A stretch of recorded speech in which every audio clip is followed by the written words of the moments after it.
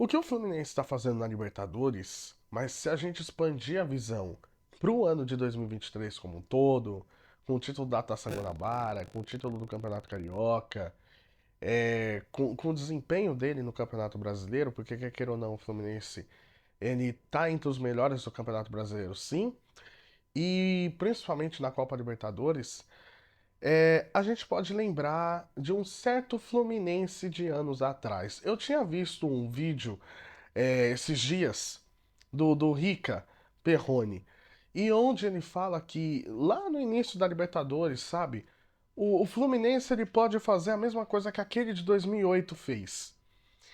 E aquele time de 2008 que tinha o Washington, que tinha Thiago Neves voando, que tinha Conca, que tinha Arouca, Cícero também, era um super time, tá? A gente olhando hoje. Mas naquela época, o Fluminense ele não era considerado um favorito, digamos assim. E olha que ele também tinha Thiago Silva, né? Fernando Henrique no gol voando. Mas a magia, a sintonia do time durante a competição, ela foi deixando todo mundo maravilhado de ver. E olha que o Fluminense, um ano antes, tinha ganhado a Copa do Brasil em cima do Figueirense. Só que aquela Libertadores de 2008, por mais que o Fluminense tenha perdido na final, pro torcedor tricolor carioca, ela guarda excelentes lembranças até hoje. Por quê? Porque é um time que ganhou maturidade durante a competição. Se eu não me engano, o Fluminense goleou o Arsenal de Sarandi naquele ano. A partir das quartas de finais foram uma loucura, tá? Contra o São Paulo. Aquele gol no último minuto do Washington depois de ter perdido no Morumbi, e também a semifinal contra o Boca Juniors, e aí vem a final contra a LDU, baita atuação do Thiago Neves.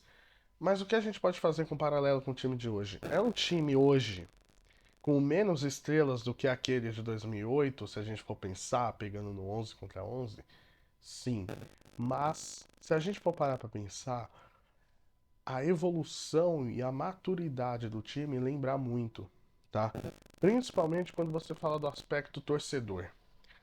O torcedor, ele confia demais nesse time. E aí que a gente tem que exaltar uma coisa chamada trabalho autoral, tá? Porque se você falar para um São Paulino sobre o Fernando Diniz, com certeza ele vai ficar puto. E com razão. Por quê? Porque o Fernando Diniz assumiu o São Paulo, ele conseguiu liderar por várias rodadas do Campeonato Brasileiro e acabou perdendo no final. Mas, se você falar para esse time do Fluminense e pro torcedor do Fluminense sobre como é a relação da torcida com o Fernando Diniz, já é uma coisa completamente diferente. Por quê? Porque ele conseguiu dar uma cara diferente para esse time, colocando um trabalho completamente inovador, completamente diferente do que a gente vê no mundo. Porque o que a gente vê no mundo é ou você joga um jogo posicional ou você joga um modelo mais flexível. E como assim o jogo posicional? É o jogo do Barcelona, né, do Guardiola. Você tem pontas, você tem um centroavante, ou você tem aquele falso 9, mas todo mundo ali muito na sua posição. O Diniz ele é um cara diferente, ele consegue agrupar todo mundo para um lado de campo, fazer superioridade numérica para poder entrar na área. Ele tem mudado isso ultimamente com alguns atacantes? Sim. Ele tem feito um modelo muito mais posicional no ataque, mas é um trabalho que ninguém vê no mundo inteiro. Inclusive, tem vídeos gringos falando como esse modelo dá certo no Brasil. É um modelo completamente estranho. Eles acham o modelo do Diniz completamente estranho. Mas se tratando do time,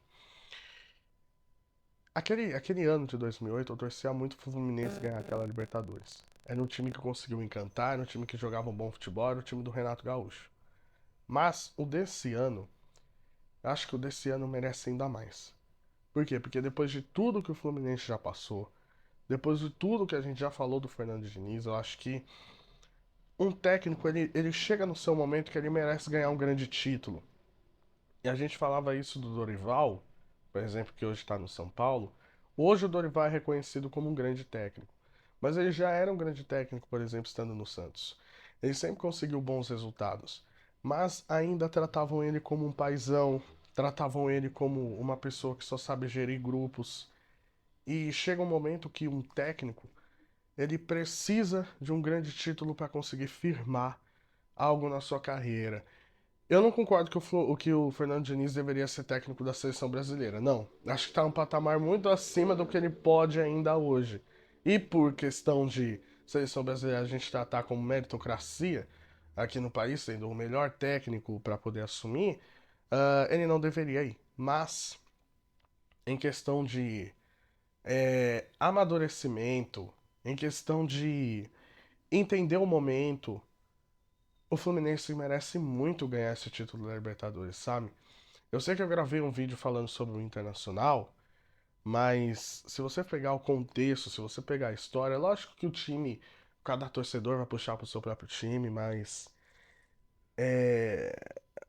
pro Fluminense, em questão de ser um título inédito, ele, o único dos quatro que não tem, e ele é sim um grande clube brasileiro, seria completamente mágico.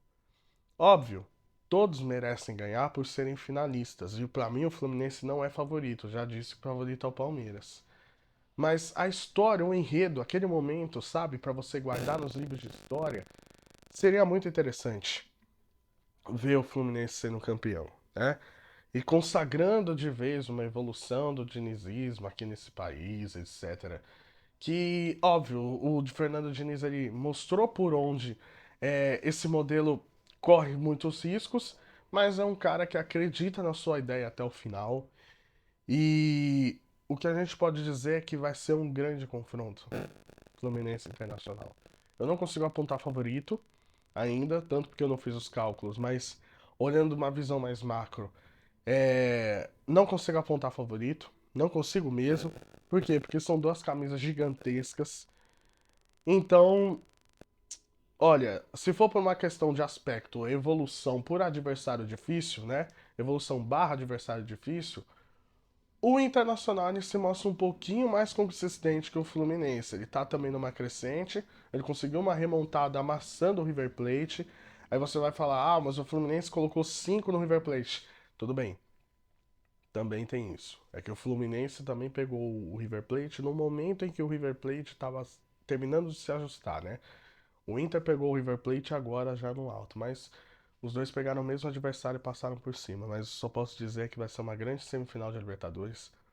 O Brasil merece ver um espetáculo como esse e vai ser gigante. Agora, o Fluminense eu acho que tá em êxtase, a torcida tá em êxtase e tem que estar tá mesmo, tá?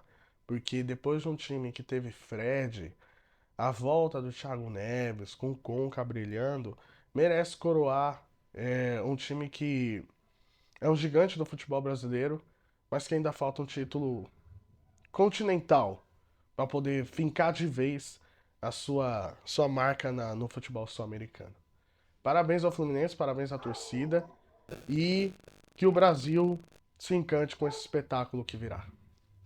Tamo junto, até a próxima.